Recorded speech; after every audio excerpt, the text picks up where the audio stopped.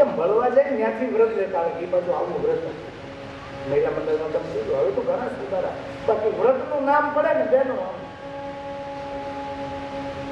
મહાભારતનો એક પ્રસંગ યાદ આવી ગયો કહી દો આપણે મહાભારત એક દિવસ સવારનો સમય સુવર્ણ પ્રહર माँ कुंता अपने महल की अटारी पे खड़ी पांडवों की माता जी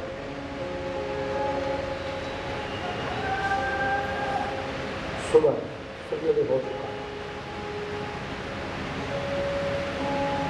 पूरी बाजार दिखाई देती थी महल के अटारी पर से पूरी बाजार कुंता जी देख रहे थे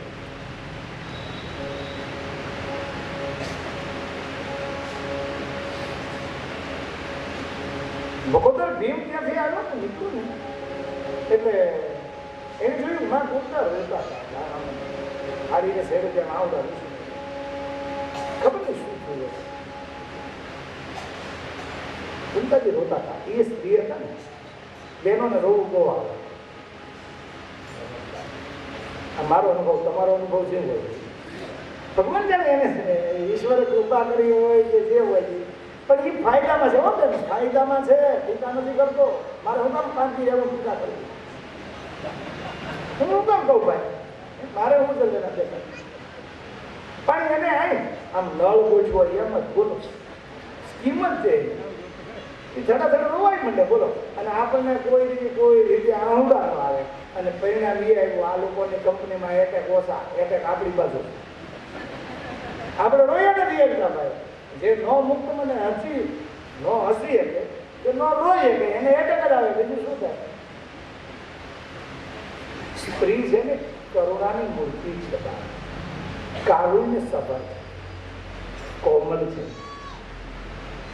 દ્રવીભૂત થઈ જાય છે નાની એવી વાતમાં અને એટલે જ એને વાત્સલ્ય મૂર્તિ કીધી છે વાત્સલ્ય ધીમે જોયું મારી માં રોવે છે આ જગતનો કયો નાનું બાળક જોઈએ કે માં રોવે છે તમે જોજો બાળકને વધારે પ્રેમ માં ઉપર વધારે નાનો એવો હોય ને તો ગમે એ તકલીફ થાય ને દોડી નાના ખોળ થાય છે ને અને મેં મીંડે ગાજવા અવાજ મને થવા છોકરું દોડીને માના ખોળા અને માં એની હાડીનો શેડો આમ નાખી દે પછી બીક વહી જાય બોલો નહીતર હાવ દુપટ્ટો હોય પણ છતાંય બીજું બંધ થઈ જાય છોકરું બોલો પછી ભલે તો હું ફૂંકતી હોય મારે માનું ખોરાક હે હરી તમે કાગળ લખ્યું કરીને બાળક કાગળા ખોળાથી કાગળા કર્યા મોટા થઈ ગયા પછી આ બધી બીક ને બધું છે માનો ખોળો નથી હોતો ને બાપ તો જે દિવસે આ જીવને ગમે નહીં અંદરથી તકલીફ થવા માંડે મુંજાઈ જાય ને તેથી ઘરમાં વૃદ્ધ માં હોય ને 80 વર્ષની 90 વર્ષની એની પાસે હાથ તમારી પીઠ ઉપર પડશે ને એ અનુભૂતિ કંઈક જુદી હશે માં એ માં છે બાપ આપણે રાત્રે બહાર જઈએ ને તો માં જાગતી આખું ઘર સુઈ ગયું બહારથી ના આવે ત્યાં સુધી માં જાગે અને જેવા રાતના 1 વાગે 2 વાગે દરવાજો પકડે ને એટલે માં પલંગ પકડી બેઠી જાય આવી ગયો ભાઈ હાલું કેમ આટલું બધું મોડું થયું કે આપણે હવે શું કે તમે હોઈ જાઓ ને પણ તમે હું નામ જાગો એ માં છે બાપ પરિવાર બધો શું ગયો હોય પણ એ માં છે ભગત બાપુ બધું એ મોતે નાલું માંડ્યું અને જમ જરા ખાધો ને ખાય કોઈ સોરની ચિંતા થાય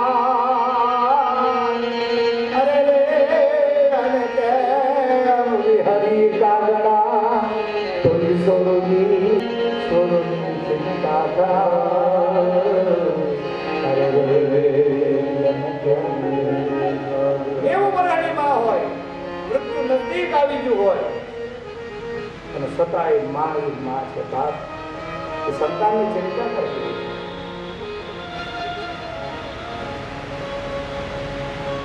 પણ તમે યાદ કરો ને આપણે નાના એવા હોય આપણે જરા ખાજા મજા થઈ જાય ને પછી માં આપણા માટે જઈને કઈ ખાય સમાજમાં જમવાનું હોય બાસુંદી હોય સ્વીટ ઘણા બધા હોય એ આમ થાળીમાં લઈને ત્યાં એના બીજા વડીલ સ્ત્રીઓ કે તારે આ ન ખવાય, તારા છોકરા નડે, એટલે લીધેલું પાછું મૂકી દે.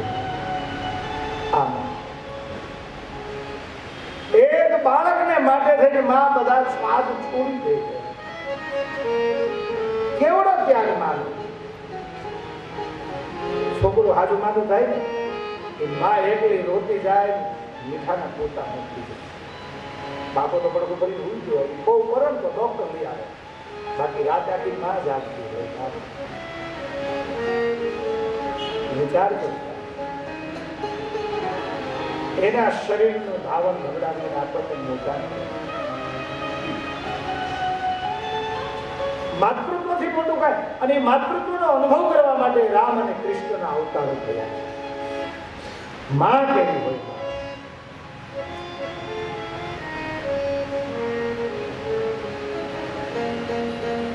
હવે અમે પ્રાથમિક શાળા ભણતા ને ત્યારે કવિ દત્તરામની કવિતા સાહેબ આપણે પઢ્યું હતો. હું સુતો પારને પુત્ર નાનો રવિ છે કટુ રાખો તો હતો.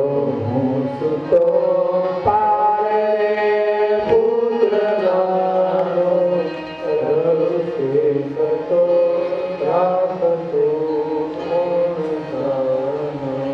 સુકામાં સુવાડી ભીલે ઓડી પોડે મહાહેતવાળી દયા રીજ માહે મહાહેતવાળી દયા રીજ માહે.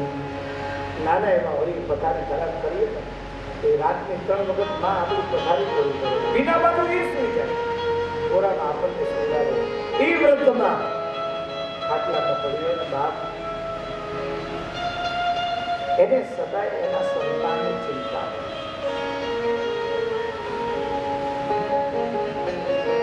આ જગતમાં બધું મળી જાય છે, પૈસા દેતા બધું મળે છે, મા બાપ નથી મળે.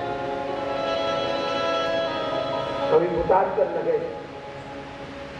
મીઠા મધુરે મીઠા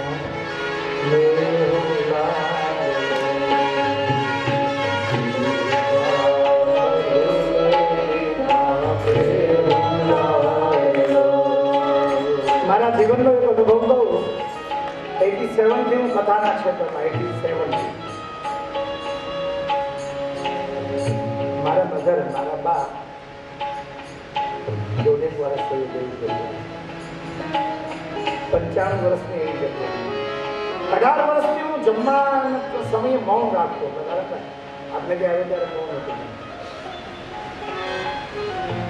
તો મારો એક ક્રમ હતો, હું ઘરે હોઉં ને મારા બાના પલંગની બાજુમાં જમવા બેસતો, એકદમ નજદીક.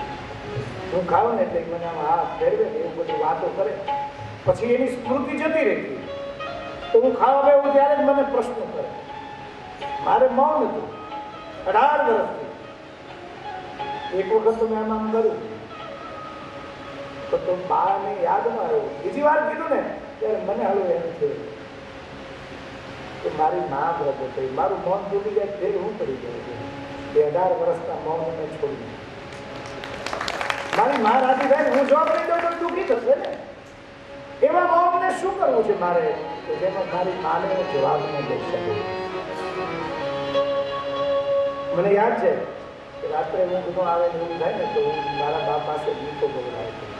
55 વર્ષની મારી મા મારા માટે ગીતો ગાતા. એ અનુભવની વસ્તુ છે બાપ. એના ઋણમાંથી આપણે કોઈ દિવસ છૂટી ન શકીએ. મીઠા મધુરે મીઠા મેવા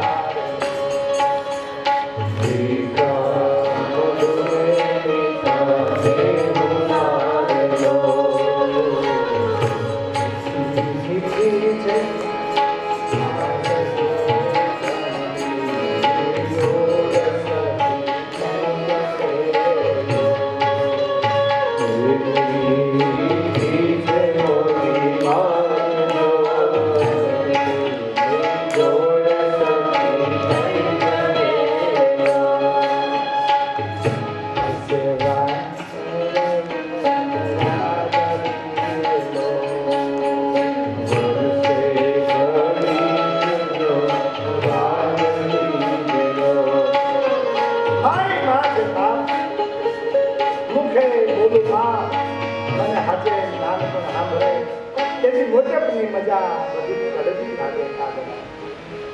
ગમે એવડા મોટા થઈ જાય એ તો આધુનિક યુગમાં જીવીએ છીએ ને બાપ.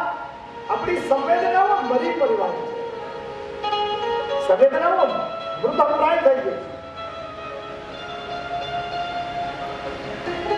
આખું જગત બદલી જાય. આ કોઈ દિવસ બદલતી નથી. તમે યાદ કરજો ને, માને આપણે હાંચવીએ ન હાંચવીએ. એક માં એવું પાત્ર છે કોઈ દિવસ એના દીકરાના ભગવાના નહીં.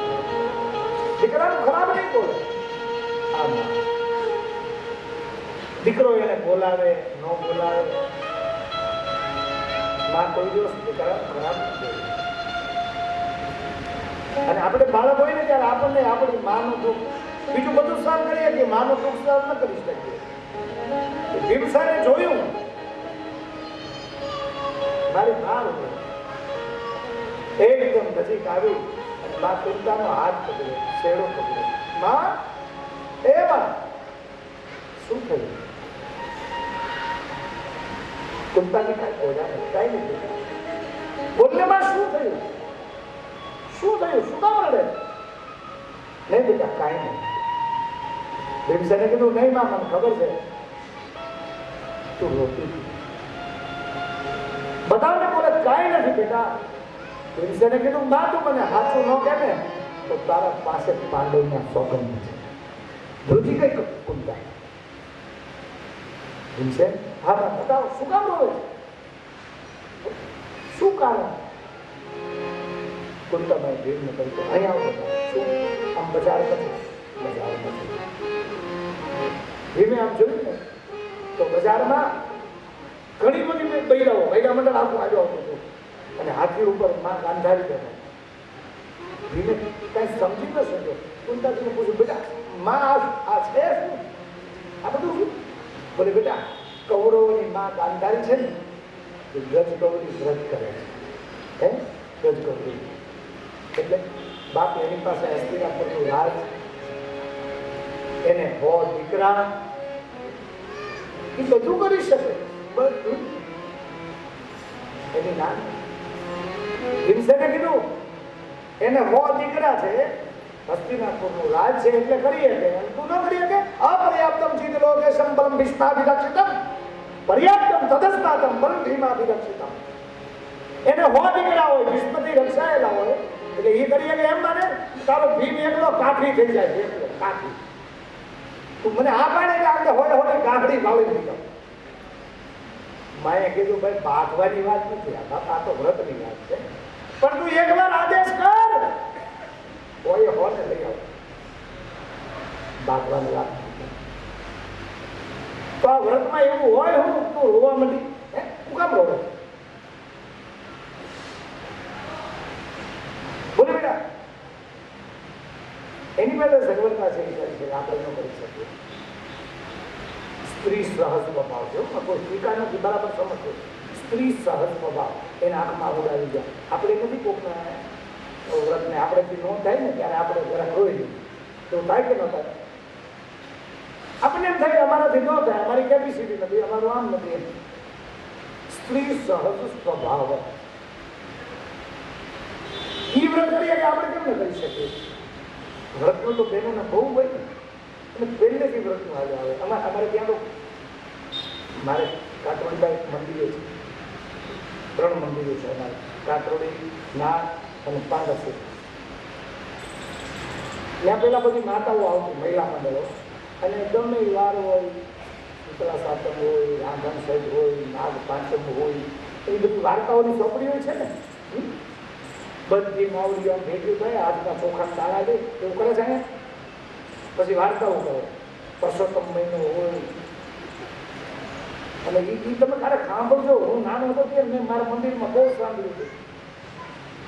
એવી સારી વાર્તાઓ કરે. મને યાદ નથી પણ એનો ધ એન્ડ યાદ છે. ધ એન્ડ આખી વાર્તાઓને ખબર નથી, પણ દરેક વાર્તામાં કેવું આવે લગારામભાઈ ખબર? ભગવાન પરસોત્તમે તેરાણીની વેળા વાળી એવી હવ લાલ છે. એ વેળા